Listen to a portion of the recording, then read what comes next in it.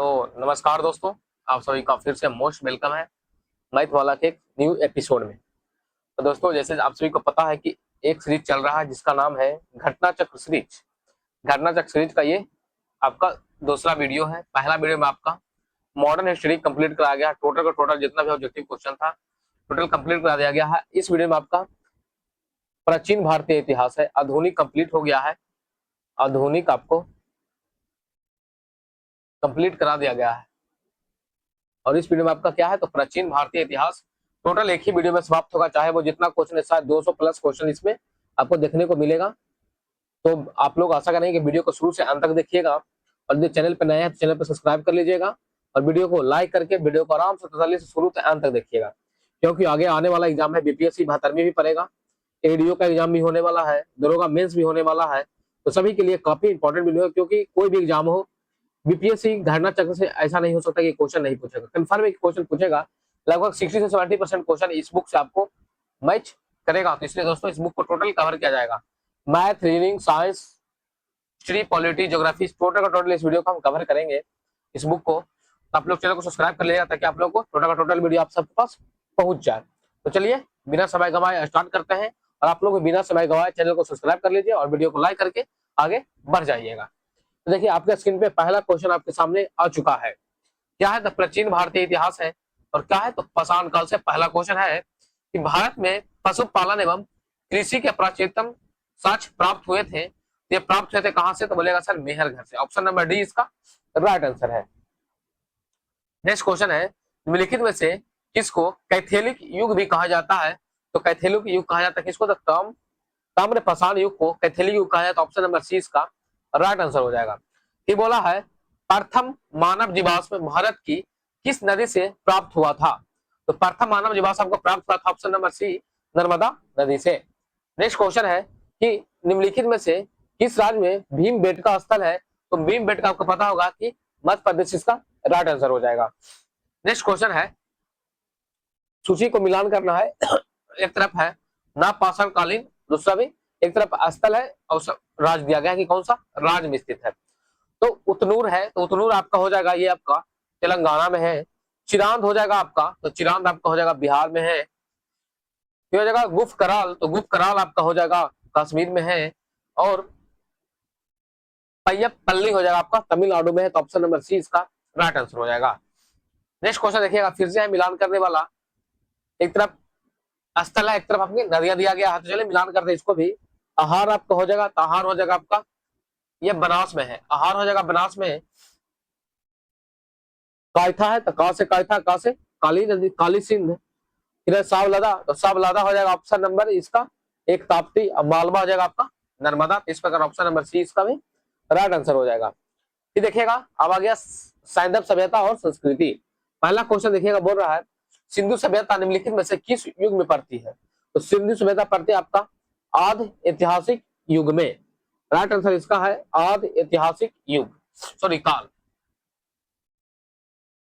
ठीक है, सिंधु घाटी सभ्यता में सबसे महत्वपूर्ण विशेषता क्या है। जिसकी महत्वपूर्ण विशेषता है उपयुक्त में से एक से अधिक, या फिर उपयुक्त में से कोई नहीं, तो उपयुक्त में से अधिक इसका राइट आंसर हो जाएगा। ठीक है, किस शहर को मिनी हड़प्पा के नाम से जाना जाता है। तो मिनी हड़प्पा है आपका option number A Lothal. Next question है, निम्नलिखित में से कौन सा एक हड़प्पा का बंदरगाह है। तो ये भी ऑप्शन नंबर बी है लोथल, इसका राइट आंसर हो जाएगा। ये देखिए बोला निम्नलिखित में से कौन हड़प्पा कालीन स्थल गुजरात में है। तो इसका राइट आंसर भी लोथल है। यह दुनिया की सर्वाधिक प्राचीन सभ्यता कौन सी है। तो इसका राइट आंसर है मेसोपोटामिया, जो कि इराक में है। देखिए अब निम्नलिखित में से कौन सा जानवर सिंधु घाटी सभ्यता के लोगों को पता नहीं था। मतलब कौन सा जानवर के बारे में सिंधु घाटी सभ्यता के लोगों को पता नहीं था। तो इसका right answer option number B घोड़ा के बारे में लोगों को पता नहीं था। फिर निम्नलिखित में से किस हड़प्पा कालीन स्थल को टेराकोटा का हल प्राप्त हुआ था। टेराकोटा का हल प्राप्त हुआ था, ऑप्शन नंबर ई इसका राइट आंसर है।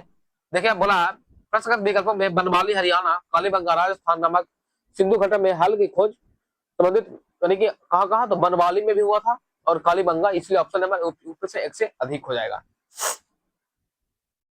इनमें से किस हड़प्पन नगर में जूते ये खेतों का निशान है। तो पता होगा ऑप्शन नंबर ए इसका कालीबंगा, इसका राइट आंसर है। नेक्स्ट क्वेश्चन है, किस हड़प्पा स्थल पे पर हमें जूते हुए खेत के साक्ष्य मिले हैं। तभी इसका आंसर बताया आपको कालीबंगा राजस्थान।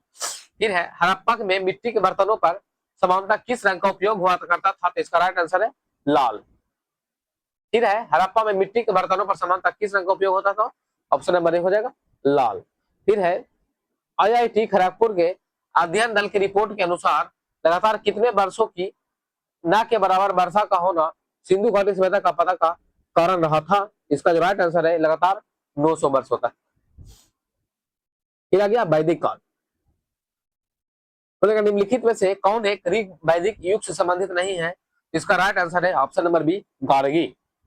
नेक्स्ट क्वेश्चन देखिएगा, बोल रहा है प्रारंभिक वैदिक काल के दौरान कौन सा शहर प्राचीन मगध साम्राज्य की राजधानी के रूप में कार्य करता था, तो इसका right answer option number B Rajgiri, जिसको आज हम राजगीर के नाम से जानते हैं, जो कि बिहार शरीफ के सॉरी बिहार राज्य के कहा है, तो वो नालंदा जिला में है। नेक्स्ट क्वेश्चन देखिएगा, ऋग्वेद का कौन सा मंडल पूर्णतः सोम को समर्पित है, तो सोम को समर्पित ऑप्शन नंबर बी 9वां मंडल इसका राइट आंसर है। गायत्री मंत्र किस पुस्तक से मिलता है, तो इसका right answer option number B sorry C Rigveda से। फिर बोलिएगा बोला किस काल में अछूत की अवधारणा स्पष्ट रूप से उद्धृत हुई थी, तो ये था ऑप्शन नंबर बी धर्मशास्त्र के समय में। भारतीय उपमहाद्वीप में लोहा का प्रयोग कब शुरू हुआ था, तो लोहा का प्रयोग शुरू हुआ था उपयुक्त में से कोई नहीं, इसका राइट आंसर है।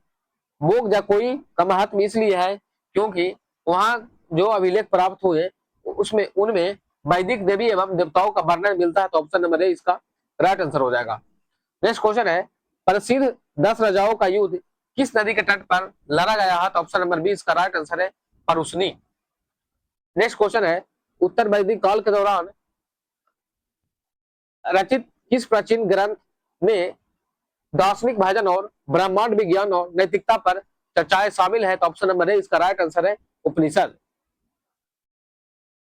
नेक्स्ट क्वेश्चन देखिएगा आप लोग, अब आ गया आपका बौद्ध धर्म। पूरा है गौतम बुद्ध का जन्म कहाँ हुआ था, तो आप लोगों को पता है गौतम बुद्ध का जन्म ऑप्शन नंबर सी लुम्बिनी में हुआ था। महात्मा बुद्ध अपना पहला धर्म चक्र परिवर्तन किस स्थान पर दिया था, तो ऑप्शन नंबर बी सारनाथ में। गौतम बुद्ध ने अपना प्रथम उपदेश कहां दिया था, तो ऑप्शन नंबर बी सारनाथ इसका राइट आंसर है। बोध गया में किसे ज्ञान की प्राप्ति हुई थी, तो option number B Gautam Buddha को। बुद्ध के जीवन की 4 महत्वपूर्ण घटनाएं उनसे संबंधित चारों स्थान को नीचे उल्लेख है, तो चलिए देखिएगा इसको मिलान करना। तो जन्म कहा हुआ था, तो लुम्बिनी में। ज्ञान की प्राप्ति तो बोध गया में। प्रथम प्रवचन तो सारनाथ में, और निधन तो कुशीनगर में। इस प्रकार ऑप्शन नंबर सी इसका राइट आंसर है। नेक्स्ट क्वेश्चन है कौन सी बौद्ध संगति बिहार में आयोजित नहीं की गई थी, तो ऑप्शन नंबर डी है चतुर्थ। प्रथम बौद्ध संगति का अध्यक्ष कौन थे, तो इसका राइट आंसर है महाकश्यप। फिर देखिए हमारा प्रथम बौद्ध महासंघ कहाँ आयोजित हुए थे, तो ऑप्शन नंबर बी हो जाएगा राजगिरी, जो कि राजगीर आजकल हो गया है। फिर है प्रथम बौद्ध महासभा कहाँ आयोजित हुई थी, तो प्रथम बौद्ध महासभा आयोजित हुआ था ऑप्शन नंबर बी राजगीर में। महात्मा बुद्ध के महापरिनिर्वाण के बाद पहली बौद्ध संगति हुई थी, जो कहाँ हुए थे, तो राजगीर में। फिर है कनिष्क के शासनकाल में बौद्ध सभा किस नगर में आयोजित की गई थी, तो ऑप्शन नंबर सी हो जाएगा कश्मीर। फिर इनमें से किस शासक ने चतुर्थ बौद्ध संगति कश्मीर में आयोजित की, तो ऑप्शन नंबर सी हो जाएगा कनिष्क ने। अशोक के शासनकाल में बौद्ध सभा किस नगर में आयोजित की गई थी, तो ऑप्शन नंबर बी हो जाएगा पाटलिपुत्र में। अशोक के शासनकाल में तो पाटलिपुत्र में हो जाएगा। नेक्स्ट है महात्मा बुद्ध महापरिवार कहाँ हुआ, तो ऑप्शन नंबर सी हो जाएगा कुशीनगर में। फिर है महात्मा बुद्ध का महापरिवार तभी बताएं कुशीनगर में। त्रिपिटक किस धार्मिक पुस्तक है, तो ऑप्शन नंबर डी हो जाएगा बुद्ध का। निम्नलिखित में से कौन महायान बौद्ध धर्म और हीनयान बौद्ध धर्म के बीच मूलभूत अंतर का प्रतिनिधित्व करता है, तो ऑप्शन नंबर सी हो जाएगा देवी देवताओं की मूर्ति की पूजा करना। फिर है बोध गया में बोधि वृक्ष वंश किस पीढ़ी अपने वंश की इस पीढ़ी का, कौन सा पीढ़ी का, तो इसका आंसर है जो डॉट में है। आप लोग इसको एक बार पढ़ लीजिएगा अच्छा से, जो भी दिया गया है। बोला चीन यात्री सुंग यून ने भारत की यात्रा कब किया था, तो ऑप्शन नंबर ए है 1515 से 515 से 520 ईस्वी के बीच। गौतम बुद्ध को एक देवता का स्थान किस राजा के युग में प्राप्त हुआ, तो ऑप्शन नंबर बी है कनिष्क के। फिर वे शिक्षक जिनसे बुद्ध ने महाविश्क्रमण के बाद सबसे पहले ज्ञान प्राप्ति का प्रयास किया? तो इसका जो राइट आंसर हो जाएगा ऑप्शन नंबर, इसका क्या होगा,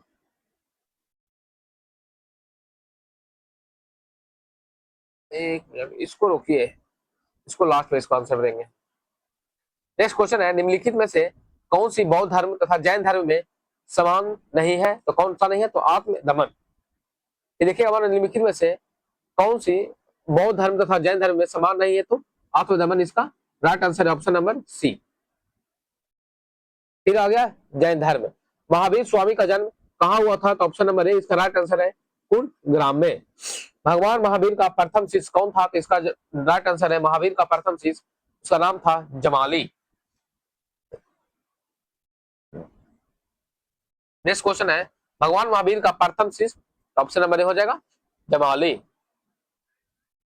जैन धर्म के प्रवर्तक महावीर जी का मुख्य स्थान कहाँ स्थित है? तो ऑप्शन नंबर सी हो जाएगा पावापुरी। महावीर जैन की मृत्यु निम्नलिखित में से किस नगर में हुई? तो ऑप्शन नंबर सी है पावापुरी में। निम्नलिखित में से कौन सबसे पूर्वकालिक जैन ग्रंथ कहलाता है? तो ऑप्शन नंबर सी इसका है 14 पूर्व, इसका राइट आंसर है। त्रिरत्न या तीन रत्न जैसे सटीक ज्ञान, सच्ची आस्था और सटीक क्रिया निम्नलिखित में से किससे संबंधित है? तो ऑप्शन नंबर सी हो जाएगा जैन धर्म से। आजीवक संप्रदाय के संस्थापक कौन सा है? तो ऑप्शन नंबर सी हो जाएगा मखखली गोसाल। फिर पाटलिपुत्र में बुलाई गई प्रथम जैन संगीति के अध्यक्ष कौन थे? तो ऑप्शन नंबर सी हो जाएगा स्थूल भद्र। फिर निम्नलिखित राजाओं में से किसका जैन धर्म के प्रति भारी झुकाव था? तो ऑप्शन नंबर सी हो जाएगा खारबेल। वह स्थान जहां महावीर ने पूर्ण आध्यात्मिक ज्ञान प्राप्त किया, तो ऑप्शन नंबर डी इसका राइट आंसर है जिरभी ग्राम इसका राइट आंसर है। फिर आ गया शैव तथा भागवत धर्म। तो भागवत संप्रदाय के विकास में किसकी देन अत्यधिक थी? तो ऑप्शन नंबर डी है इसका गुप्त का। फिर देखिएगा नागपंथियों, सिद्धों और योगियों ने भक्ति धर्म को किस क्षेत्र में लोकप्रिय बनाया था? तो ऑप्शन नंबर ए इसका राइट आंसर है उत्तर भारत। फिर आ गया 6ठी सदी ईस्वी पूर्व की राजनीतिक दशा। पाटलिपुत्र का संस्थापक, ये भी इसका आंसर डॉट में है।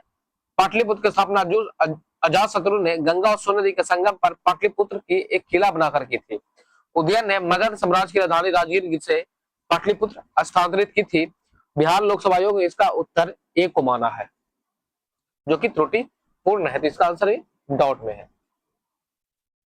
फिर वही है, पाटलिपुत्र को किस शासक ने राजधानी बनाया? ये भी डॉटेड क्वेश्चन है, आंसर भी इसका भी नहीं दिया गया है। किस शासक ने अपनी राजधानी पाटलिपुत्र से स्थानांतरित की थी? तो ऑप्शन भी बताया, ऑप्शन नंबर सी उदयन। निम्नलिखित में से किस राजा ने पाटलिपुत्र बसाया? ऑप्शन नंबर सी बसाया था कौन सा? तो अजातशत्रु। किस शासक द्वारा सर्वप्रथम पाटलिपुत्र राजधानी के रूप में चयनित किया गया था? तो ऑप्शन नंबर सी उदयन द्वारा। फिर है प्रथम मगध साम्राज्य का उत्कर्ष किस शताब्दी में हुआ था? तो ऑप्शन नंबर बी ईसा पूर्व 6ठी शताब्दी। फिर है निम्नलिखित में से किस महान शासक ने प्राचीन बिहार में हर्यक वंश की स्थापना की? तो हर्यक वंश की स्थापना बिंबिसार ने। फिर देखिएगा हमारा मगध की राजधानी राजगीर का प्रकृत नाम क्या था? तो ऑप्शन नंबर बी है राजगिरी। फिर देखिए बोल रहा है महाजनपद और महाजनपद की राजधानियों को मिलान करना है। तो मल की राजधानी कहाँ था? तो मल की राजधानी बोलेगा सर कुशीनगर। अंग की राजधानी तो बोलेगा सर चंपा। कंधार की तो बोलेगा सर तक्षशिला। और बत्स्य की तो बोलेगा सर कौशाम्बी। तो ऑप्शन नंबर ए इसका राइट आंसर है। फिर है विश्व का प्रथम गणतंत्र वैशाली किसके द्वारा स्थापित किया गया? तो ऑप्शन नंबर सी डी हो जाएगा लिच्छवी। ईसा पूर्व 6ठी सदी में विश्व का प्रथम गणतंत्रात्मक व्यवस्था कहाँ थी? तो ऑप्शन नंबर ए इसका राइट आंसर है वैशाली, जो कि लिच्छवी हो जाएगा इसका। मगध की प्रारंभिक राजधानी कहाँ थी? तो मगध की प्रारंभिक राजधानी ऑप्शन नंबर सी राजगिरी। प्राचीन महाजनपद मगध की प्रथम राजधानी कहाँ थी? तो ऑप्शन नंबर ई इसका राइट आंसर है। कहाँ हो जाएगा? तो राजगीर आपको पता ही है। अजातशत्रु का वंश का नाम क्या था? तो ऑप्शन नंबर बी हो जाएगा हर्यक वंश। 16 महाजनपदों की सूची उपलब्ध है, तो किसमें उपलब्ध है? तो अगुंतर निकाय में। फिर है प्रघोत कहाँ का राजा था? तो प्रघोत राजा था जो अवंती का राजा था। मगध शासक बिंबिसार की चिकित्सा कौन था? तो इसका चिकित्सक था जो ऑप्शन नंबर सी जीवक। कलिंग नरेश खालवेर का संबंध था, तो कलिंग नरेश खालवेर का संबंध था ऑप्शन नंबर ई से उपयुक्त में से कोने उपयुक्त में से ए से अधिक। राजा खालवेर का नाम जुड़ा है, तो किससे जुड़ा है? तो ऑप्शन नंबर सी है हाथी गुम्पा लेक के साथ। बराबर पर्वत श्रृंखला स्थित गोरथिगरी द्वारा विजित की गई है, तो ऑप्शन नंबर बी खारवेल।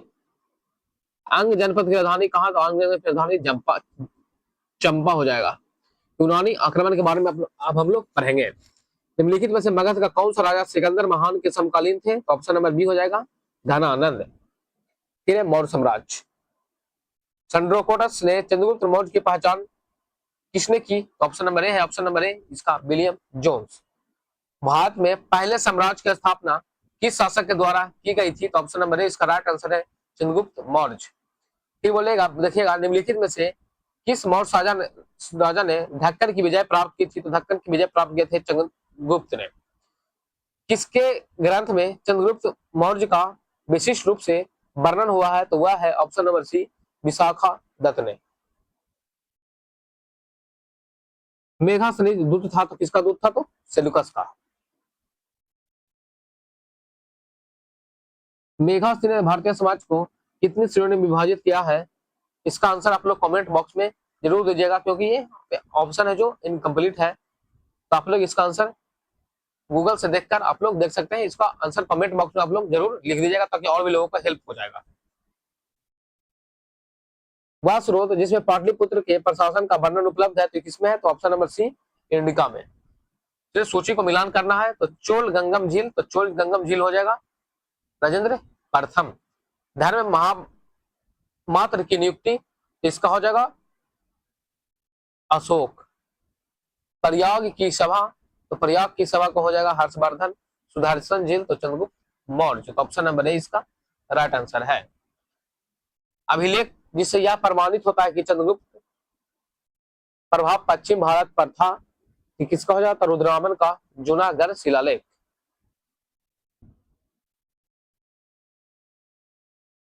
किस अभिलेख में कलिंग विजय का वर्णन है, तो ऑप्शन नंबर इसका राइट आंसर है अशोक की कलिंग विजय का उल्लेख अशोक के 13वें बृहद शिलालेख से प्राप्त होता है। हाथी गुम्फा अभिलेख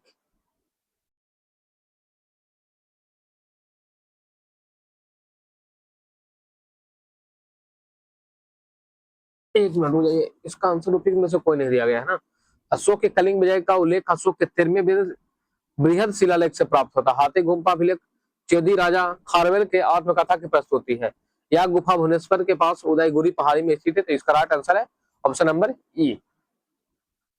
बोलेगा निम्नलिखित में से कौन सा क्षेत्र अशोक के साम्राज्य में सम्मिलित नहीं था, तो ऑप्शन नंबर सी इसका राइट आंसर है श्रीलंका।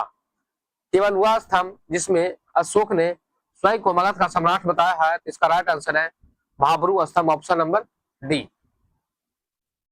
नेक्स्ट है अशोक ने के धर्म का मूल संदेश क्या था, तो ऑप्शन नंबर ए इसका राइट आंसर है।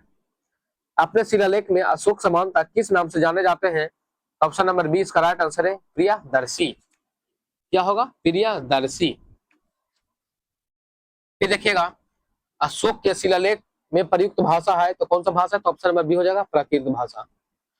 अशोक के स्तंभ पर कौन सी लिपि लिखी गई है, तो ऑप्शन नंबर ए हो जाएगा ब्राह्मी लिपि। प्राचीन भारत में निम्नलिखित में से कौन सी एक लिपि दाईं ओर से बाईं ओर लिखी जाती है, तो ऑप्शन नंबर डी हो जाएगा खरोष्टी। फिर है निम्नलिखित में से प्राचीन भारत की कौन सी लिपि दाहिने से बाईं ओर लिखी जाती है, तो ऑप्शन नंबर सी हो जाएगा खरोष्टी। अशोक के अभिलेखों पर पहली बार इनके द्वारा पढ़ा गया, तो ऑप्शन नंबर ए हो जाएगा जेम्स प्रिंसपे।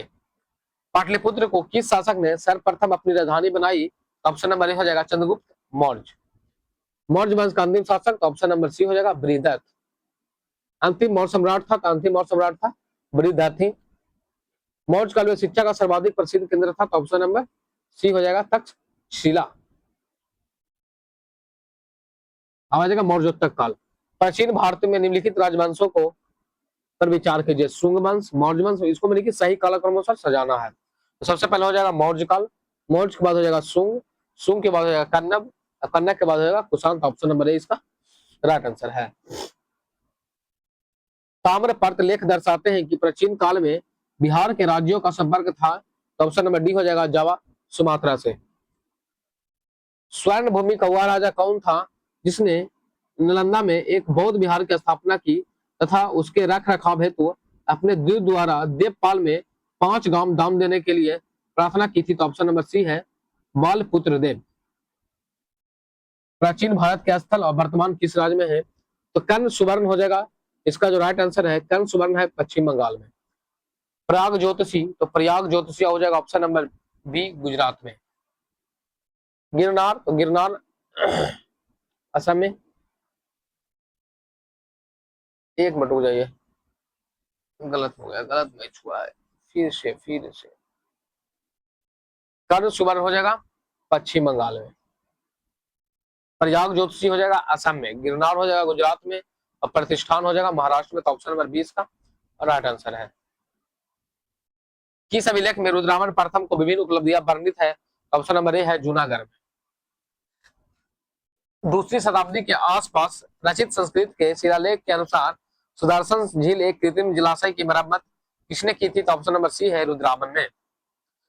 इसमें से किसने सर्वप्रथम व्यापक पैमाने पर स्वर्ण मुद्रा का प्रचलन किया? तो ऑप्शन नंबर सी है बिम कडफिसेस। पूर्व गुप्त काल के में शीशे के सिक्कों की एक बड़ी संख्या जारी की गई। तो ऑप्शन नंबर ए है सातवाहनों द्वारा।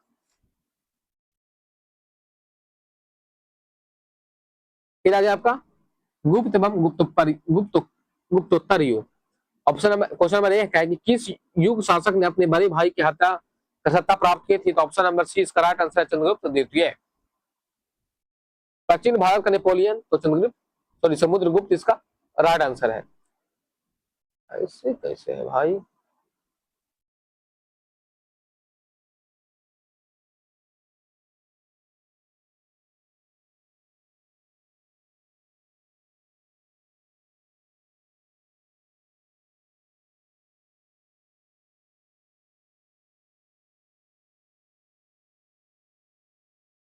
फिर देखिएगा नालंदा विश्वविद्यालय का संस्थापक कौन था? तो ऑप्शन नंबर बी हो जाएगा कुमार गुप्त। फिर नालंदा विश्वविद्यालय का संस्थापक स्थापना का युग है कौन सा युग में? तो ऑप्शन नंबर सी हो जाएगा गुप्त में। निम्नलिखित में से कौन नालंदा विश्वविद्यालय में आचार्य नहीं थे? तो आचार्य नहीं थे जो थे कौटिल्य नहीं थे। नालंदा विश्वविद्यालय किसके लिए विश्व प्रसिद्ध था? तो ऑप्शन नंबर सी हो जाएगा बौद्ध धर्म दर्शन के लिए। नीचे दिए गए वाक्यों में कथन ए और कथन दूसरा कथन कारण और दोनों कथन को ध्यानपूर्वक पढ़ें। 12वीं शताब्दी के अंत तक नालंदा महाविहार का पतन हो गया था। महाविहार की राजकीय प्रश्न मिलना बंद हो गया था। तो ऑप्शन नंबर 20 का राइट आंसर है दोनों ए और दोनों सही है, परंतु आर ए का सही व्याख्या नहीं है। निम्नलिखित कथनों पर विचार कीजिए। हो रहा है कि फहयान एक चीनी यात्री था जो हर्ष के शासन काल के दौरान भारत आया था। उससे बड़ा हुएनसांग एक चीनी बौद्ध भिक्षु थे जिन्होंने चंद्रगुप्त द्वितीय के शासन काल के दौरान भारत की यात्रा किया। तो ऑप्शन नंबर डी उपयुक्त में से कोई नहीं है, जो ऑप्शन नंबर डी है जो उपयुक्त में से कोई नहीं सही है। देखिए फहयान एक चीनी यात्री था और चंद्रगुप्त द्वितीय के शासन काल के दौरान भारत का दौरा किया था। यानी फहयान था जो चंद्रगुप्त द्वितीय का शासन काल में भारत आया था और चीनी यात्री हुएनसांग था जो सम्राट हर्ष के शासनकाल में भारत आया था। सुंग वंश के बाद किस वंश भारत पर राज किया? तो सुंग वंश के बाद ऑप्शन नंबर सी है कन्नब वंश। चीनी यात्री सुंग यून भारत की यात्रा पर कब आया था? तो ऑप्शन नंबर ई इसका राइट आंसर है। यह था 1518 से 1521 के बीच। नगरों के क्रमिक पतन किस काल की एक महत्वपूर्ण विशेषता थी? तो ऑप्शन नंबर ए है गुप्त काल की।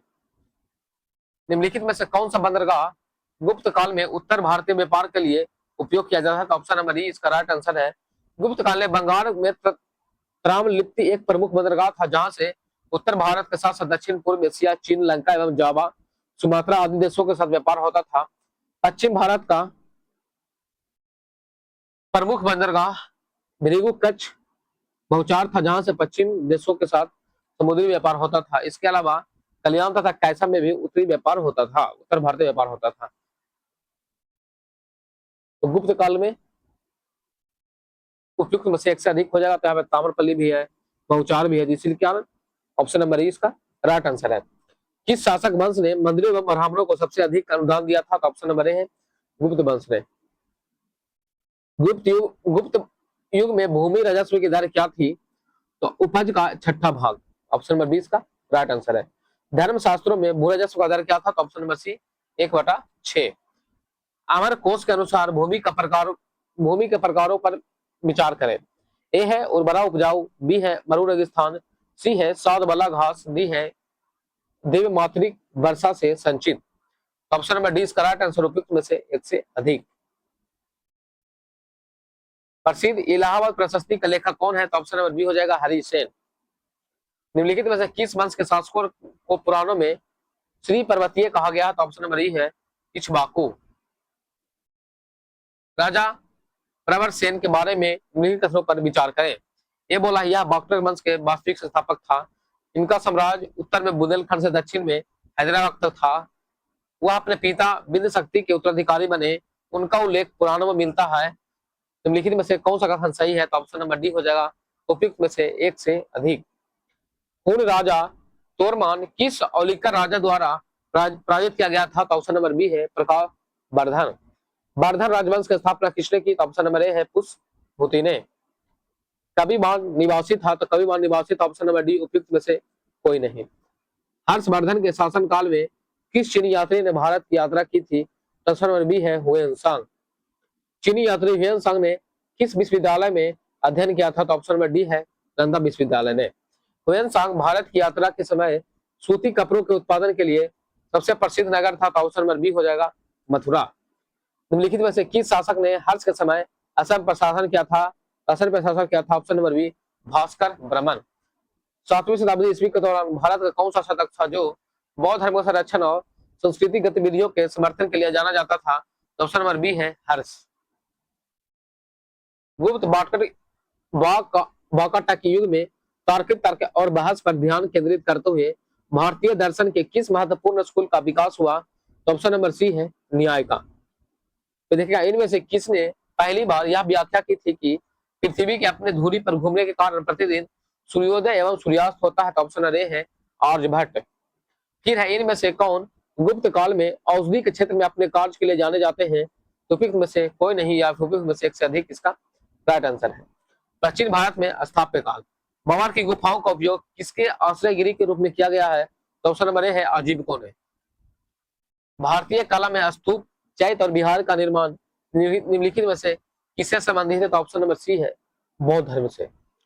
खजुराहो मंदिर स्थापना के निर्माण में सहयोगी थे? तो ऑप्शन नंबर ए है चंदेल।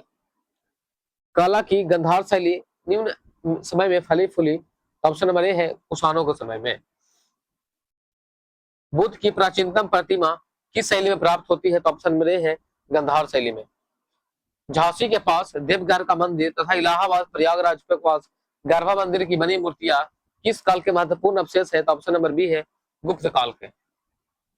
बोधित्व पद पानी की पेंटिंग स्थित है? तो यह है ऑप्शन नंबर डी अजंता में। निम्नलिखित अभिलेखों में किसमें विधवा दहन का उदाहरण उल्लेखित है? तो option number E option number C इसका राइट आंसर है भानुगुप्त एवं स्तंभ अभिलेख में।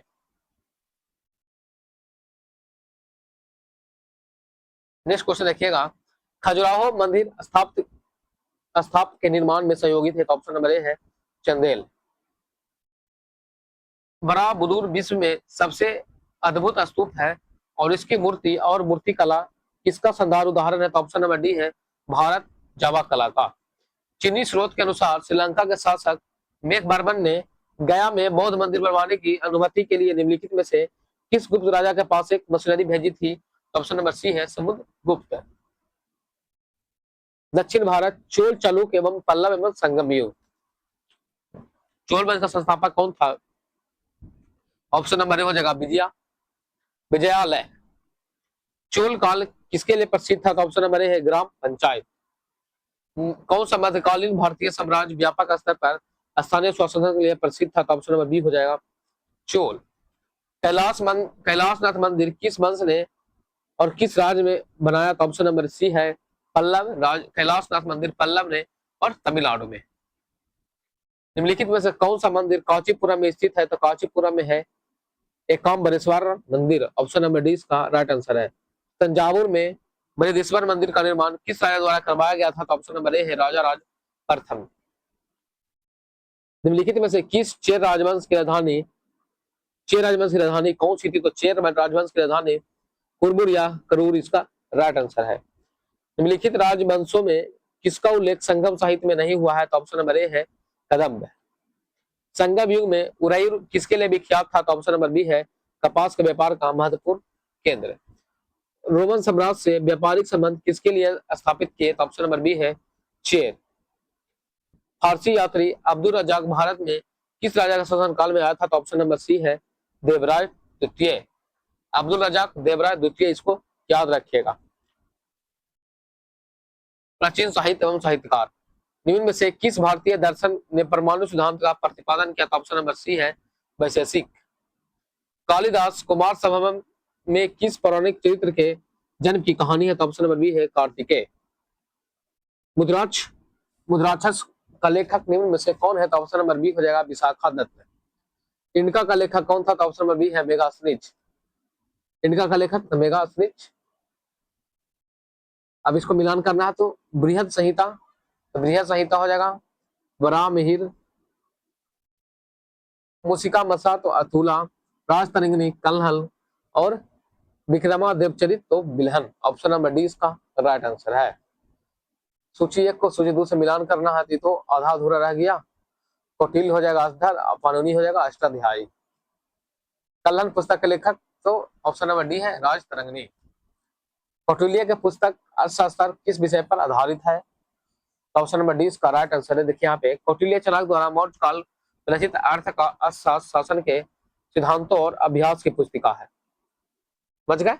इसलिए इसका राइट आंसर क्या हो गया? उपयुक्त में से कोई नहीं। कौटिल्य के अर्थशास्त्र में किस पहलू पर प्रकाश डाला गया? तो ऑप्शन नंबर बी है राजनीतिक नीतियां। अर्थशास्त्र नामक पुस्तक का लेखक कौन है? तो ऑप्शन नंबर बी हो जाएगा कौटिल्य। इतिहास के प्राचीन और मध्ययुगीन काल के राजाओं और उसके द्वारा लिखी गई रचनाओं का सही मिलान कीजिए। कृष्णदेवराय, तो कृष्णदेवराय हो जाएगा।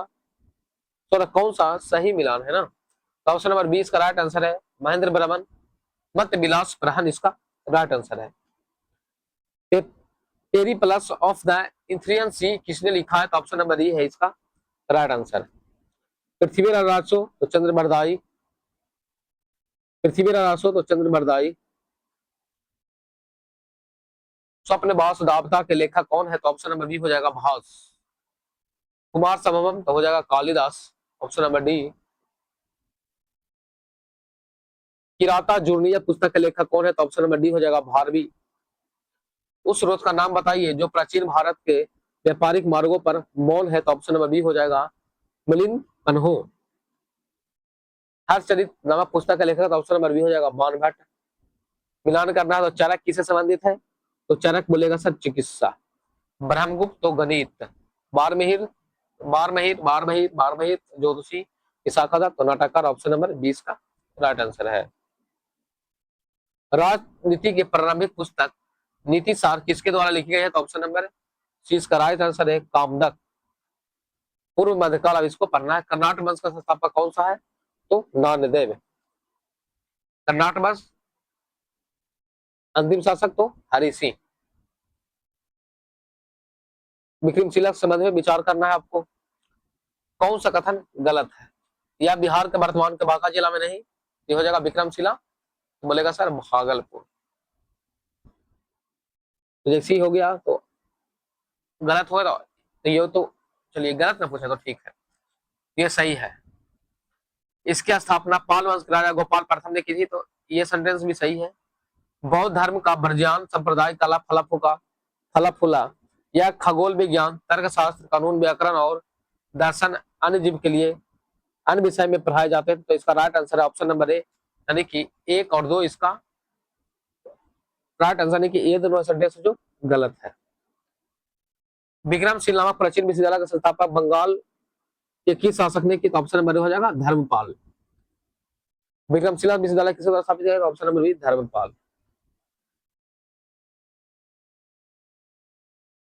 नेक्स्ट क्वेश्चन है मैथिली भाषा का विकास निम्नलिखित में से किसका शासनकाल में हुआ था? तो ऑप्शन नंबर डी है कर्नाटक राजवंश। उदंतपुर शिक्षा केंद्र बिहार के किस राज्य में अवस्थित है? और किस राज्य में अवस्थित? तो ऑप्शन नंबर बी हो जाएगा बिहार में। कश्मीर का अकबर के नाम से प्रसिद्ध सुल्तान कौन था? तो सुल्तान हो जाएगा जैनुल आबिदीन। इस प्रकार दोस्तों आपका टोटल प्राचीन भारतीय इतिहास हो गया द एंड। लगभग 211 क्वेश्चन था, जो कि टोटल बीपीएससी 2026 तक यानी कि 41वीं बीपीएससी तक जितना भी प्रीवियस ईयर क्वेश्चन पूछा गया सभी इस वीडियो में आपको कंप्लीट कर दिया गया है। तो आपसे बस छोटा सा रिक्वेस्ट है कि वीडियो आपको अच्छा लगा हो तो वीडियो को एक लाइक कीजिएगा, कमेंट एक प्यारा सा कीजिएगा, एफर्ट हमारा कैसा लग रहा है, और एक लाइक, और चैनल पर नए हैं तो चैनल पर सब्सक्राइब करना तो बिल्कुल मत भूलिएगा। और जितने भी दोस्त एडीओ का तैयारी कर रहे हैं, दरोगा का तैयारी कर रहे हैं, दरोगा मेंस के लिए कर रहे हैं, 72वीं बीपीएससी के लिए कर रहे हैं, सीजीएल 4 के लिए कर रहे हैं, सभी के पास वीडियो जरूर शेयर कर दीजिएगा। तो आपसे बस इतना ही उम्मीद है, और उम्मीद करते हैं कि आप इसको जरूर पूरा कीजिएगा। और एक बात और, इसका आपको पीडीएफ चाहिए तो आप लोग टेलीग्राम से आप लोग जुड़ जाइएगा। इसका लिंक आपको कमेंट बॉक्स में मिल जाएगा या फिर चैनल का डिस्क्रिप्शन में भी भरा हुआ है, वहां से भी आप लोग ज्वाइन हो जाइएगा। तो चलिए फिर मिलते हैं आपको नेक्स्ट वीडियो में, तब तक के लिए धन्यवाद। पढ़ते रहिए, मस्त रहिए। जय हिंद, जय भारत।